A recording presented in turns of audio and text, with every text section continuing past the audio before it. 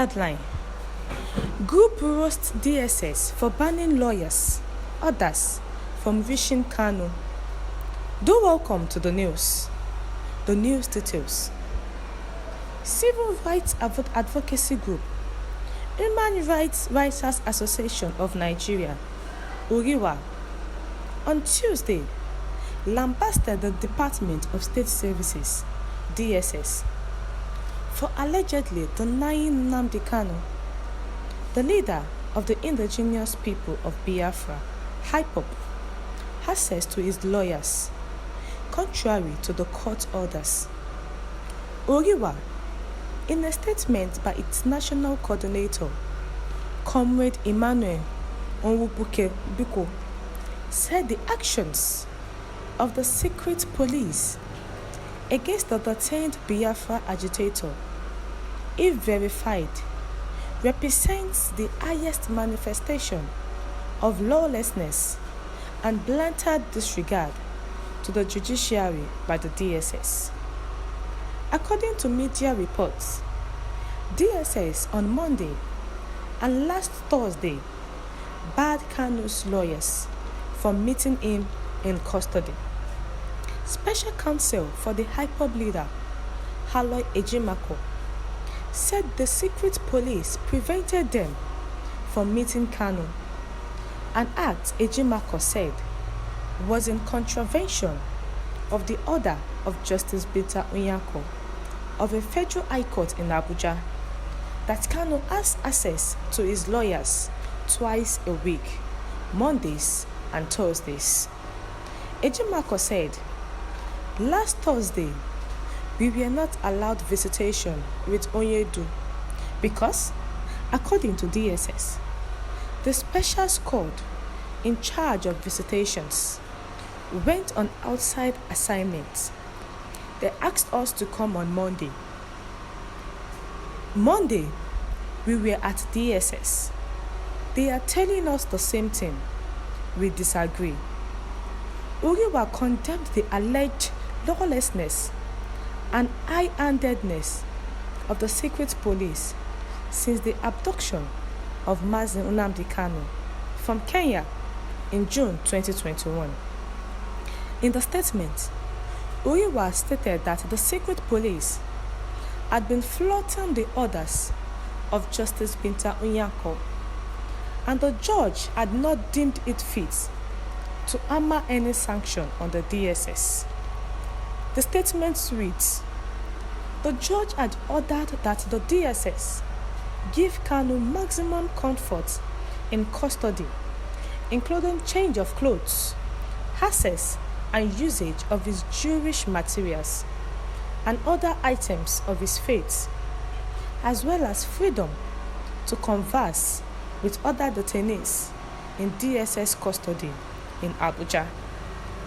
But it is ridiculously shocking that the DSS continues to flout the orders of the judge with impunity, and the judge sees no reason to slam a sanction on the secret police, which is meant to uphold the law. The contempt application against the DG of DSS, reportedly filed by the lawyers to Mazi Nnamdi Kanu, is said not to have been heard or even transmitted to any judge for adjudication, thereby triggering the suspicion that the constitutional powers to the executive arm of government that commands and controls the DSS. The judge had also ruled that the DSS allowed Kanu to have access to his lawyers and any person it deems fit to visit him, but the failure to comply by the DSS has not attracted any sanction. The manner and mistreatment of Kanu in detention is bothersome.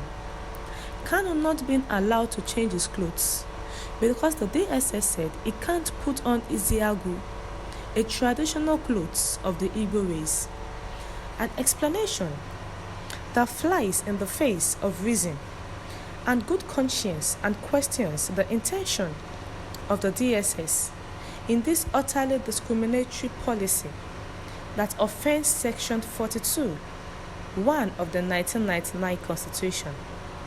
Journalists, activists, and other persons monitoring the trial of Kanu have also been arrested and released after cocktails of harassment and subjected to dehumanizing conditions by hyperactive and overzealously lawless security agents. Let the whole world know that Abba Kyari, who is facing drug trafficking offenses, has not even been paraded before the public eye, but Kanu has been dehumanized beyond words. Justice Bita Unyanko must know that the failure of the DSS to obey the orders of our courts look like the crippling of the independence of the judiciary and offensive to Section 6 of the Nigerian Constitution. The denial of access to his lawyers seems to be the highest manifestation of lawlessness and arbitrariness, which is a direct threat to judicial independence and infringes on the fundamental rights. Oriwa thereby calls for the monitoring of the prosecution by the accredited credible non-governmental bodies and for the DSS to give access to Kanu's family, lawyers, and credible civil rights platform that get the permission of the detainee and the DSS to visit and assess the situation of his detention. The IPOB lawyers and the family member went to visit their clients and brothers, but on getting there, they were denied access. The lawyer, we said that since Nnamdi Kanu has been seen in court, which was February 16, they have not seen him, whether he is alive or he is being threatened or he is being poisoned. And they went there on the visiting hours to see him and have some words with him. But on getting there, the DSS said the person in charge has gone for an outside assignment. And the same thing the following Monday. That is why they had to cry out to the whole world that if anything happens to Mazi Nnamdi Kanu, Nigerians, Biafrans should take DSS. They should take them up because they are the one that is involved. And the Justice Bita Unyanko, had not done anything to the DSS. She did not file any case for them for going against her order.